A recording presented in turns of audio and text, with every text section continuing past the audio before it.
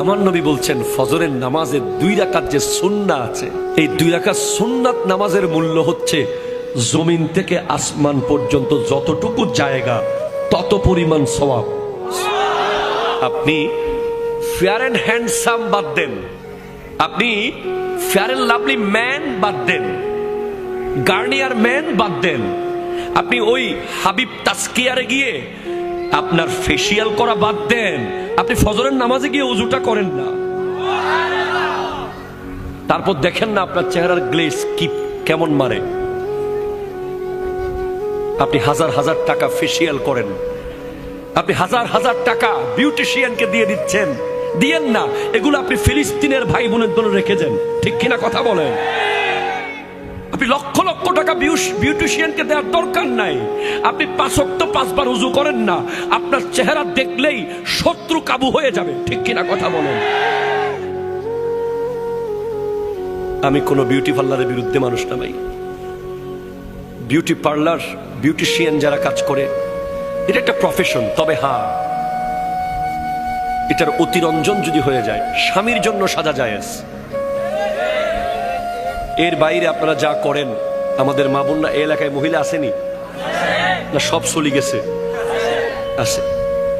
আমার মা বোনেরা যেই পরিমাণ সাজে মেহেদি অনুষ্ঠানে যাওয়ার সময়, আগে পুরুষরা তেমন বিউটি পার্লারে যেত না, এখন পুরুষরা আরো বেশি। কালকে না পরশু দেখলাম একটা খেডি মাসাজ করতে গিয়ে রক্সিরি কাইতে পড়ে গেছে, ঠিক কিনা কথা কন? সাবধান, সতর্কতার কোনো মায়ের নাই। আপনার সেলুনে গিয়ে ওই মানুষটাকে দিয়ে আপনার মাথা মাসাজ করাইতে হবে না। সায়েন্স বলছে আপনি জাস্ট অন টাইম নামাজ পড়েন, আপনার মাথা মাসাজ সিজদায় হয়ে যাবে। কথা জোরে বলেন না, ঠিক কিনা? আপনি সেলুনের ওই মানুষ, ওই ভাইকে আর 10-20 টাকা 50 টাকা এমনি দিয়ে দেন, এতে কোনো অসুবিধা নেই। কিন্তু আপনি মাথা মাসাজ, ঘেড়ি মাসাজ, রক পিট মাসাজ যেগুলো করান সেলুনে গিয়ে, এগুলো সব কিছুর সমাধান একটা প্যাকেজে আছে, নামাজের ভিতরে আছে। অ্যাকর্ডিং টু সায়েন্স আপনি যদি পারফেক্টলি নামাজে দাঁড়ান, শোনেন, যখন আমরা আল্লাহু আকবার বলে এভাবে হাত তুলি, আছে না? নেই? আবার অনেকে তো হাত তুলে এভাবে, এর দূর দূরে যাওয়ার দরকার কি? কাছের তোর কাছে যাই, এটা তো কাছে, কাছের থেকে কাছে মারে দিই। এর দূর দূরে আসলে তো বহুত দূর, প্রায় 3-4 কিলোমিটার দূরে আসতে হইতেছে। এটা করবেন না, পারফেক্টলি এখানে আসবেন অ্যাকর্ডিং টু সায়েন্স। আমি পড়ে বলছি আপনাকে, গবেষণা করে বলছি। কিতাবের নাম হলো সুন্নাতে মুস্তাফা এন্ড জাদিদ সায়েন্স। লেখকের নাম তারেক মাহমুদ চুইগাত। উনি গবেষণা করে লিখছেন, বিশ্বের কিছু অনেকগুলো বিজ্ঞানী গবেষণা করেছে নামাজ নিয়ে। যখন একজন বান্দা এভাবে হাত তুলে এখানে আঙ্গুল লাগায়, তখন তার 2 আঙ্গুলের সাথে কানের সাথে লেগে একটা বিদ্যুৎ আয়ন হয়, এবং এসে যখন নাভিতে হাতটা রাখে, নাভিতে পুরুষ হাত বাঁধা, এটা বিজ্ঞানসম্মত। গোটা শরীরের অসংখ্য সেল যেগুলো অলরেডি ঝিমিয়ে গেছে, ঘুমিয়ে গেছে, সেল, এখানে আমাদের শরীরে লক্ষ কোটি সেল আছে। নামাজে যখন আপনি আল্লাহু আকবার বলে নাভিতে হাত রাখবেন, পুরুষরা সাথে সাথে গোটা শরীরের হাজার হাজার লক্ষ লক্ষ ঘুমন্ত সেল অ্যাক্টিভ হয়ে যাবে। আর যখন আপনি শুরু করে দেবেন আলহামদুলিল্লাহি রাব্বিল আলামিন আর রহমানির রহিম মালিকি ইয়াউমিদ্দিন إياك نعبد وإياك نستعين اهدنا الصراط المستقيم صراط الذين أنعمت عليهم غير المغضوب عليهم ولا الضالين।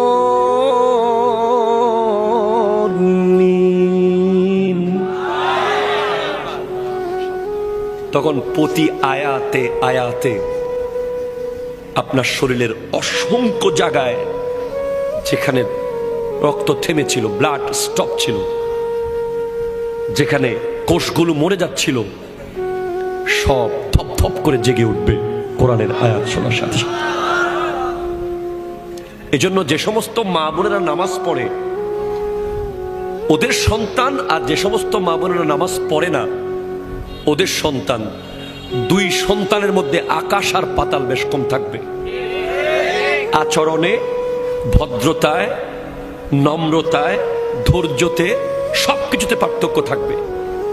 এমনিতে মায়ের বুকের দুধ, পৃথিবীর সমস্ত ভিটামিন মিনারেলস দুইটা পানির ভিতরে আল্লাহ দিয়েছেন, একটা জমজমের পানি আর একটা মায়ের বুকের দুধ।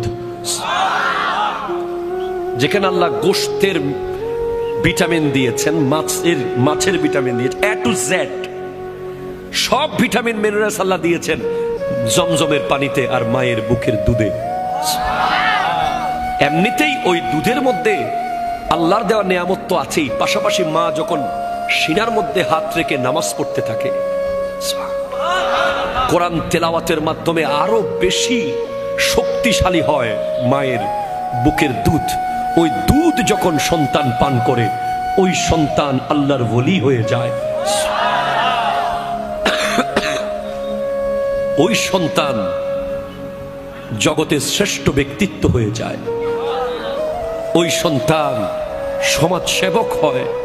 ওই সন্তান ধৈর্যশীল হয়। যে সমস্ত মারা নামাজ পড়ে পড়ে সন্তানকে দুধ পান করায়। আব্দুল কাদের জিলানী রহমতুল্লাহ আলাইহি, ওনার মা ওনাকে পেটে রাখা অবস্থায় সব সময় কোরআন তিলাওয়াত করতেন।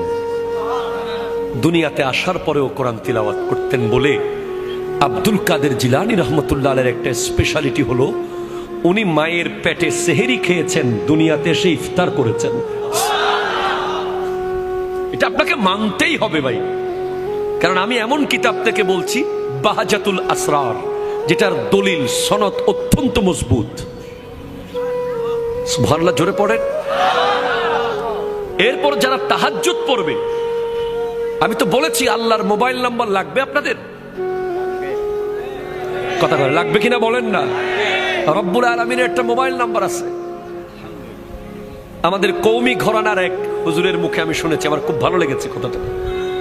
উনি বলছেন আল্লাহর মোবাইল নাম্বার হচ্ছে 222। বলে কেমনে?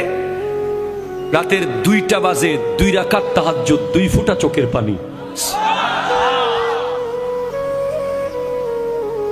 রাতের 2টা বাজে 2 রাকাত তাহাজ্জুদ, 2 ফোঁটা চোখের পানি।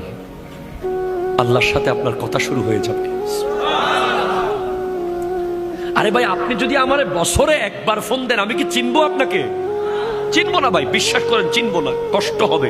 অ্যাক্সেস রোড দিয়ে এসে একটা বড় দোকান ছিল, নাম ছিল নিউ ফুডস কর্নার।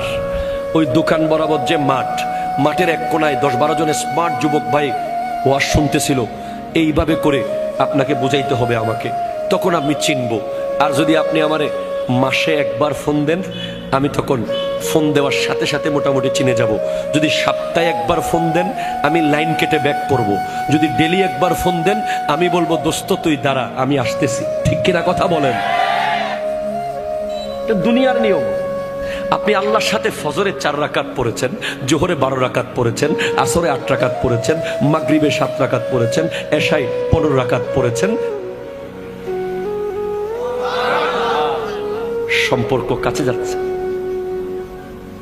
রাত্রে দেখবেন আপনি ঘুমাইতে পারতেছেন না, ছট করে উঠে গেছেন 3টে বাজে, কে যেন আপনাকে ডাকছে।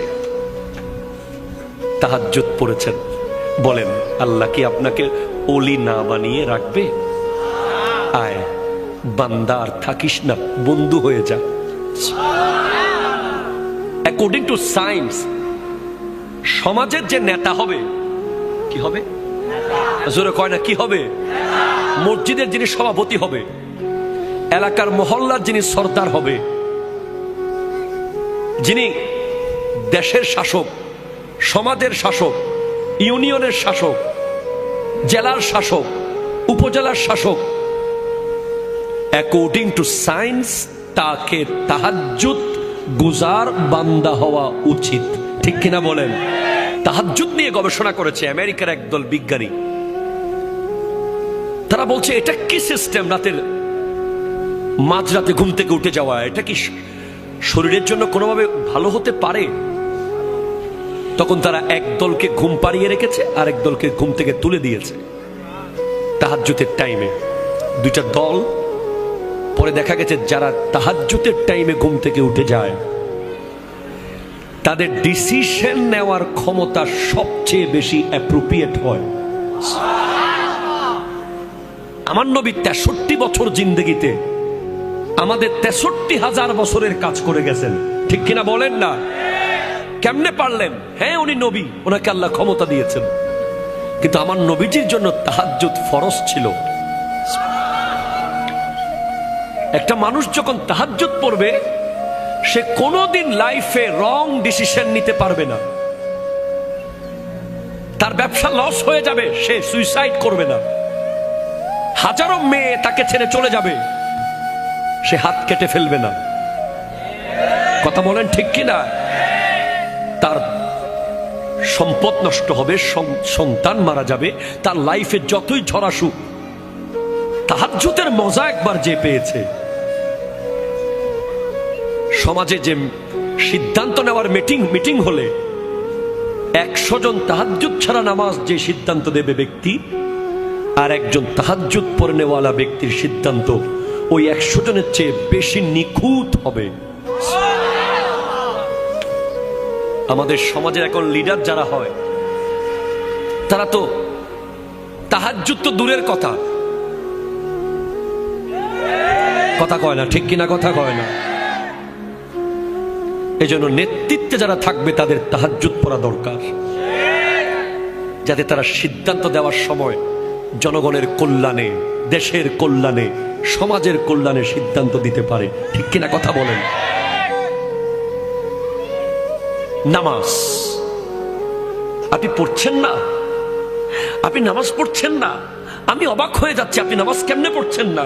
আপনি কি জানেন না একটা সিজদা না করার অপরাধে কি শাস্তি পেয়েছে শয়তান? কয়টা সিজদা? জোরে কর না, কয়টা? তাও আল্লাহকে না, আল্লাহর নবী আদম আলাইহিস সালামকে।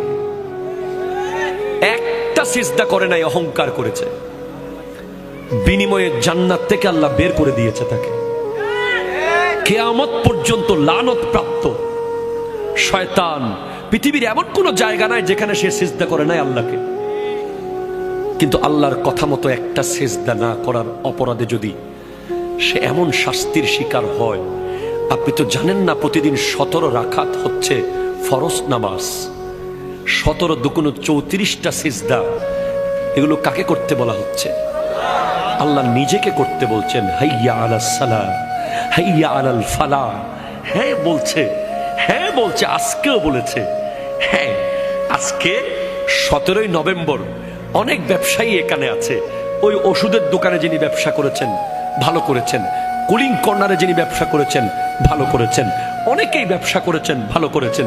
তবে আরেক দল ব্যবসায়ী এখানে আছে যারা আল্লাহর সাথে ব্যবসা করেছে, 17ই নভেম্বর ফুল লাভবান হয়েছে, এক বিন্দু লস করে নাই। ফজর পড়েছে, জোহর পড়েছে, আসর পড়েছে, মাগরিব পড়েছে, এশা পড়েছে, নফল পড়েছে, সুন্নাহ পড়েছে, আখিরাতের লাগেজে অনেক কিছু প্রবেশ করিয়েছে। আর যারা শেষ করে দিয়েছে, পড়ে নাই, খোদা কি কসম, কিয়ামতের আগে আর কোনোদিন আজকের 17ই নভেম্বর ফেরত আসবে না। যুবক ফেরত আনতে পারবা না আজকের ফজরের নামাজ, আর কোনোদিন ফেরত আনতে পারবা না।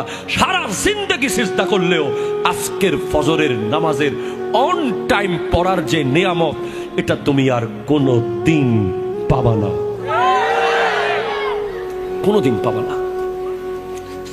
নবীজির সাহাবারা যদি এক ওয়াক্ত নামাজ জামাত ছুটে যেত, আরে সিদ্দিক আকবর যখন নামাজে দাঁড়াতেন, পাখি এসে বসে পাখি বিশ্রাম করে চলে যেত। পাখি কনফিউজ হয়ে যেত, উনি কি মানুষ না গাছ? সিদ্দিক আকবর রাদিয়াল্লাহু তাআলা আনহু একদিন মন খারাপ করেছে, মন খারাপ। আমার নবী জিজ্ঞেস করছেন, আবু বকর তোমার মন খারাপ কেন? বলে তোমার তো প্রথম তাকবীর মনে হয় ছুটে গেছে নামাজে। সিদ্দিক আকবরের জীবনে কোনো রেকর্ড নাই যে ইমামের পিছে উনি প্রথম তাকবীর ছেড়েছেন, এমন কোনো রেকর্ড নাই। কখনো গিয়ে রুকুতে গেছেন জামাতে, কখনো সিজদাতে, এমন রেকর্ড নাই। ওনার লাইফে প্রত্যেকটা নামাজ উনি ইমামের সাথে সাথেই নামাজের নিয়ত করেছেন। বলে ইয়া রাসূলুল্লাহ, আমার 40টা ওঠ হারিয়ে গেছে, কিন্তু নবী আমার কাছে নামাজের প্রথম তাকবীরের মূল্য হলো গোটা পৃথিবী পরিমাণ ওট যদি আমাকে মালিক বানিয়ে দেয়া হয়। আমাকে যদি কেউ বলে তুমি নামাজে 1 মিনিট পরে যাও, 1 মিনিট পর, 1 মিনিট পরে গেলে তোমার সমস্ত ওটগুলো বেঁচে থাকবে, আর 1 মিনিট আগে নামাজে গেলে তোমার ওটগুলো সব তুমি হারিয়ে ফেলবে। আমি আবু বকর পৃথিবী পরিমাণ ওট হারাতে রাজি, ইমামের পেছনে প্রথম তাকবীর আমি ছাড়তে রাজি না। আপনি জানেন, আপনি হাসতেছেন এখনো, আপনি এখনো গল্প করছেন। আপনি কি জানেন জীবনটা কি? আপনি জানেন না আসলে। আমার নবীজি বলেছেন, আমি যা জানি তোমরা যদি তা জানতে তোমরা কোনো দিন হাসতে না। হ্যাঁ, হযরত রবি বিন হুসাইন একজন তাবেঈ, উনি উনার ঘরের বেডরুমে কবর করেছেন। কবর বেডরুমে। পৃথিবীর কোন পাগল বেডরুমে কবর করবে? একটা রুমের ভাড়া কত টাকা? আমরা তো শহরে ঘর বানানোর সময় জানাজার লাশ বের হওয়ার জন্য জায়গাও রাখি না। কোরবানির পশুটা জবাই করি হাইওয়ে রোডে। আমরা মুসলমান। আর আল্লাহর নবীর কলিজার টুকরা সাহাবাদেরকে যারা দেখেছেন, তাবেঈনদের একজন রবি বিন হুসাইন, উনি ওনার ঘরের বেডরুমে কবর করেছেন। কেন জানেন? এই শুনেন, 1 মিনিটের জন্য কখনো যদি আল্লাহর ধ্যান থেকে ওনার মন দুনিয়ার দিকে আসতো, উনি সাথে সাথে ওই কবরে ঢুকে যেতেন। ঢুকে গিয়ে উপরে দরজা বন্ধ করে দিতেন, বন্ধ করে ঘন্টার পর ঘন্টা কবরে শুয়ে শুয়ে কান্না করতেন। যখন মনে হতো যে আল্লাহ বোধহয় এবার মাফ করেছে, কি উনি সুদ খান নাই, ঘুষ খান নাই, জুলুম করেন নাই, মিথ্যা বলেন নাই, গীবত করেন নাই, শুধু 1 মিনিটের জন্য দুনিয়ার দিকে মন গেছে, উনি কবরে ঢুকে গেছেন। ওনাকে জিজ্ঞেস করা হয়েছে, তোমাকে এরকম আখিরাতের প্রতি ভয়, কে কে তোমাকে এমন আখিরাতমুখী করলো? উনি বলছেন, কামারের দোকান। আমি রবি যখন কামারের দোকানের পাশ দিয়ে যাচ্ছিলাম, আমি দেখছিলাম বড় বড় লোহার কদ্দা আগুনে গলে যাচ্ছে। তখন আমি ভাবলাম, লোহা যদি দুনিয়ার আগুনে জ্বলে পুড়ে গলে যায়, আমার হাতের চামড়া তো অনেক নরম, আমি জাহান্নামের আগুনে কিভাবে জ্বলবো? আপনি কি জাহান্নামের আগুন সম্পর্কে জানেন? হাদিসে পাকে আছে, জাহান্নামের আগুন 3000 বছর ধরে জ্বলছে। 3 ঘন্টা আগুন লাগলে এখানে সব ছাই হয়ে যাবে। কন্টিনিউ 3 ঘন্টা যদি আগুন কন্টিনিউ থাকে, আর জাহান্নামের আগুন 3000 বছর ধরে জ্বলছে, কিয়ামতের মাঠে জাহান্নামের আগুন দৌড় মারবে। জাহান্নাম চিৎকার করবে, আল্লাহ আমার খানা দাও, বেনামাজিদেরকে দাও। গাই, জাহান্নামে একটা গর্ত আছে, গাই গাই, ওই গর্তের নাম গাইয়ুন। ওই গর্ত বেনামাজিদের দিকে দৌড় দেবে, দৌড় দেবে। 70,000 ফেরেশতা শিকল দিয়ে ধরে রাখবে ওই জাহান্নামকে টেনে। তখন জাহান্নাম ঠান্ডা হবে একটা জিনিস দিয়ে, সেটা হচ্ছে নামাজি বান্দাদের চোখের পানি। যারা নামাজ শেষে মোনাজাতে চোখের পানি ফেলে, ওই পানিগুলো যদিও টাইলসে পড়ে যায় মনে করেন না, ওগুলো আল্লাহ রিজার্ভ ফান্ডে রেখে দেয়। ওই পানিগুলো এভাবে জাহান্নামকে ছিটিয়ে দেওয়া হবে। জাহান্নাম মুহূর্তের মধ্যে ঠান্ডা হয়ে যাবে। নামাজের কত মূল্য হলে হযরতে ফাতেমাতুজ জাহরা রাদিয়াল্লাহু তাআলা আনহা, আমার নবীজির কন্যা, একটা সিজদা করতেন তাহাজ্জুদের, ফজর হয়ে যেত। উনি আল্লাহর কাছে শুধু চাইতেন, আল্লাহ একটা লম্বা রাত আমাকে দিও, আমি একটু মন ভরে তোমাকে সিজদা করব। নামাজের কত মূল্য হলে ইমাম হোসেন রাদিয়াল্লাহু তাআলা তলোয়ারের নিচে নামাজ পড়েছেন, আর 10 মিনিট পরে নামাজ পড়লে উনি সমস্ত ইয়াজিদ বাহিনীকে কেটে ফেলতে পারতেন। কিন্তু না, যেই তলোয়ার গাজর মূলার মতো কাটতেছিল ইয়াজিদিদেরকে, সেই তলোয়ার হঠাৎ থেমে গেল মসজিদের আজানে। উনি নামাজে দাঁড়িয়ে গেছেন। কবর ডেকে ডেকে বলছে আমাদেরকে, কবর ডেকে ডেকে বলছেন, কবরস্থানে গিয়ে একটু শোনেন না। আল্লাহ আমাদেরকে সেটা শোনার ক্ষমতা দেয়নি বলে আমরা শুনতে পারতেছি না কবরের আওয়াজ। কিন্তু আমার নবী শুনেছেন, আমাদেরকে বলেছেন কবর প্রতিদিন 10টা বাক্য বলে বলে ডাকে। তার মধ্যে 1 নম্বর, তাসআ আলা জাহরি ওয়া মাসিরুকা ফি বাতানি, আমার পিঠের উপরে দৌড়াদৌড়ি করতেছিস তোরা, এত অহংকার। আমি কবরের পিঠের উপরে এত ভাবসাব তোর, কিসের এত অহংকার তোর? ওয়া মাসিরুকা ফি বাতানি, কালকে আমার পেটে তুই আসবি, কালকে, ঠিক কিনা কথা বলেন না? কালকে আসবি আমার পেটে তুই, কবর বলছে। 2, ওয়াত্তাসআ আলা জাহরি ওয়া তুআজ্জাবা ফি বাতানি, আমার পিঠের উপরে গুনাহ করছিস, আমার পেটে তোকে আসতে হবে। কবর বলছে ওয়াতানদিমু আলা জাহরি, আমার পিঠের উপরে হাসি ঠাট্টা মজাক করছিস, ওয়াতাবকি ফি বাতানি, আমার পেটে তোকে কাঁদতে হবে। হ্যাঁ, জি, না না না, মুসলমানের ছেলেকে আল্লাহ হাসতে বানায় নাই। মুসলমানের ছেলে এক লাইন অযথা কথা বলতে পারে না। কোরআন বলেছে ডাক্তার সফল বলেনি, কোরআন ইঞ্জিনিয়ার সফল কোরআন বলেনি, পলিটিশিয়ান সফল কোরআন বলেনি, ব্যারিস্টার সফল কোরআন বলেনি। কোরআন বলছে কাদ আফলাহাল মুমিনুন, মুমিনরাই সফল, মুমিনরাই সফল, মুমিনরাই সফল, ঠিক কিনা বলেন না? কোরআন বলে নাই বাড়িওয়ালারা সফল, কোরআন বলে নাই গাড়িওয়ালারা সফল, কোরআন বলে নাই পিএইচডিরা সফল, কোরআন বলে নাই অমুক সফল। কোরআন বলেছে কাদ আফলাহাল মুমিনুন, মুমিনরাই সফল। মুমিন কে? কে মুমিন? আল্লাযীনা হুম ফি সালাতিহিম খাশিউন, যারা হৃদয় দিয়ে নামাজ পড়ে, যারা কলিজা দিয়ে নামাজ পড়ে, নামাজে গেলে দুনিয়ার কথা যারা ভুলে যায়। ওয়াল্লাযীনা হুম আনিল লাগযি মুরিদুন, যারা এক লাইন অযথা কথা বলে না।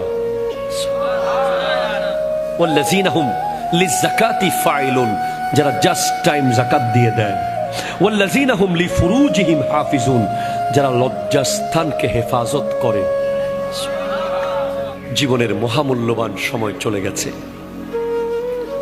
মুসলমানের ছেলেরা যেন নামাজ পড়তে না পারে, এজন্য সমস্ত রকমের আয়োজন করে রেখেছে ইহুদি খ্রিস্টানরা, ঠিক কিনা কথা বলেন?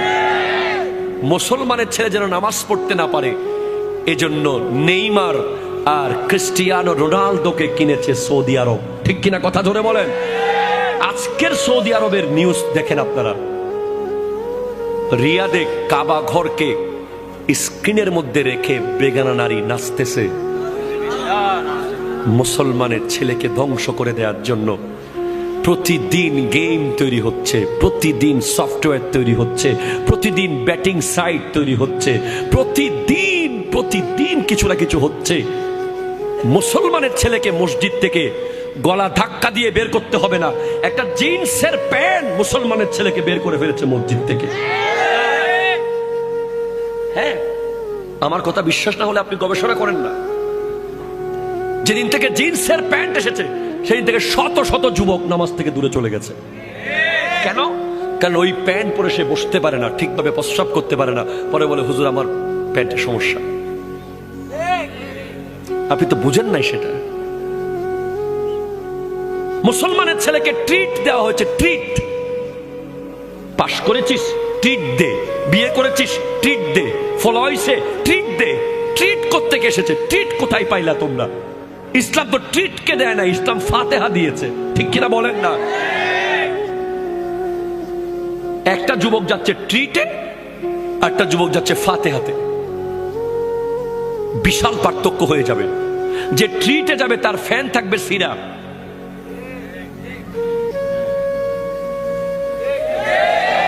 টাকা দিয়ে ছেঁড়া প্যান্ট মুসলমানের ছেলেরা কিনেছে, লজ্জা লেগেছে, লজ্জা, ঠিক কিনা কথা বলেন?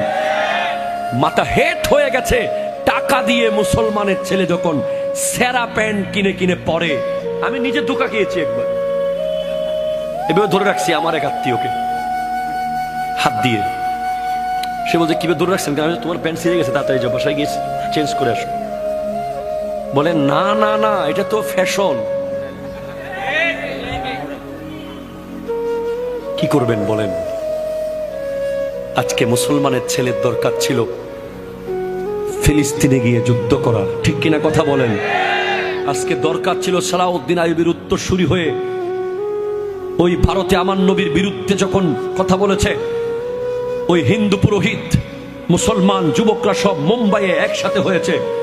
সেদিন সাংবাদিক জিজ্ঞেস করেছিল, আপকা ঘর कैसे चल रहा है, आपका संसार कैसे चल रहा है, आपका बाल बच्चा कैसे चल रहा है, आप सब तो मुंबई में आ गया। তখন এক মুসলমান যুবক বলেছিল, भाई नबी के आगे कोई बिजनेस नहीं है, नबी के आगे कोई माँ बाप नहीं है, नबी के आगे कोई बच्चा नहीं है, नबी हमारा जान से भी प्यारा है। মোবাইলের চার্জ চলে গেলে যতটুকু টেনশন আপনি করেন, নামাজ ছেড়ে দিলে ততটুকু টেনশন করেন না কেন? কথা বলেন ঠিক কিনা? ফেসবুক লক হয়ে গেলে আপনার টেনশনে খাবার দাবার বন্ধ হয়ে যায়। আপনি আবার নবীর সামনে দাঁড়াতে পারবেন? আপনি আল্লাহর সামনে কেমনে দাঁড়াবেন? আল্লাহ তো আপনার পক্ষে গিয়ে ফেরেশতাদের বিরুদ্ধে গিয়েছিল। আল্লাহ বলছেন, ইন্নী জাইলুন ফিল আরদে খলিফা, আমি জমিনে আমার খলিফা বানাবো, মানুষ বানাবো। ফেরেশতারা বলছে, আতাজালু ফিহা মান ইউফসিদু ফিহা ওয়া ইয়াসফিকু দিমা, আপনি কাদেরকে বানাবেন যারা জমিনে গিয়ে মারামারি কাটাকাটি করবে তাদেরকে? আল্লাহ বলছেন, না, ইন্নী আ'লামু মা লা তা'লামুন, আমি যা জানি তোমরা তা জানো না। তো আজকের দিনে আপনি যদি বেহায়াপনা করেন, আপনি রং তামাশা করেন, আপনি ইহুদিদের মতো যদি চুল কাটেন, কথা জোরে বলেন ঠিক কিনা? চুলের এদিকে ঘষা মারা, এদিকে আগা মারা, ওইদিকে মাথা মেরে দেওয়া, আনারস কাট, এগুলো মুসলমানের চুল নয়, এগুলো ইহুদিদের চুল। কথা বলেন ঠিক কিনা? হাত তুলে বলেন ঠিক কিনা বলেন। আপনি আগে মাথার চুল ঠিক করেন, তারপর ফিলিস্তিনের পক্ষে কথা বলেন। আপনার আপাদে মস্তক আপনি চেক করেন, ইহুদিদের কি কি আপনার ভিতরে ঢুকে গেছে। আপনি যে নেইমার আর মেসিকে নিয়ে শত শত দিন বন্ধুর সাথে তর্ক করেছেন, সেই নেইমার আজকে কোথায়? সৌদি আরবে। আপনার আমার ফিলিস্তিনের ভাই বোনদের টাকা, আপনার আমার টাকা, তেলের টাকা, আল্লাহর দেওয়া টাকা, সেই টাকা আজকে নেইমারকে 5 স্টার হোটেলে রেখে সৌদি আরবকে ফুটবল শেখানো হচ্ছে। বিনিময়ে কি পেলাম? ফুটবলের মধ্যে এখন কালিমা। আপনি ইন্টারনেটে সার্চ করেন, মেড ইন চায়না ফুটবল বানাচ্ছে, শত শত বল যেখানে সৌদি আরবের পতাকা লাগানো আছে, লা ইলাহা ইল্লাল্লাহু মুহাম্মাদুর রাসূলুল্লাহ। ফুটবল তো আপনি জানেন লাঠির জিনিস, ঠিক কিনা? আর তর্ক করবেন আপনি? আপনি যেভাবে বন্ধু নিয়ে চিপস, কোক, স্প্রাইট, চনাচুর নিয়ে যেভাবে বিশাল এলইডি টিভিতে ফুটবল কোপা আমেরিকার ফাইনাল দেখতে বসেছিলেন, সেভাবে যদি একবার নিজের ঘরে কোরআন তেলাওয়াত করতে বসতেন, আপনি ওলি আল্লাহ হয়ে যেতেন, ঠিক কিনা? কথা বলেন। বসেন নাই, বসেন নাই। আপনাকে আল্লাহ বলবে, শেষ কথা আমার শেষ কথা। আল্লাহ বলবে, তুই ঢাকা যাওয়ার সময় 3 ঘন্টার ভিতরে সব প্রস্তুতি নিতে পেরেছিস, গামছা, লুঙ্গি, ব্রাশ, টুথপেস্ট, টিকেট সব 3 ঘন্টায় রেডি। তুই দুবাই যাওয়ার সময় 3 দিনে সব প্রস্তুতি নিয়েছিস। আর আমি আল্লাহর সামনে আসার জন্য তোকে 90 বছর টাইম দিয়েছিলাম, তোকে 70 বছর টাইম দিয়েছিলাম, তোকে 50 বছর টাইম দিয়েছিলাম, কই তুই এত অগোছালো কেন? কোথায় তোর আমলনামার এই হাল কেন? বাস এই প্রশ্নের উত্তর যেন দিতে পারেন আল্লাহর সামনে। আল্লাহ পাক আমাদেরকে কবুল করুন।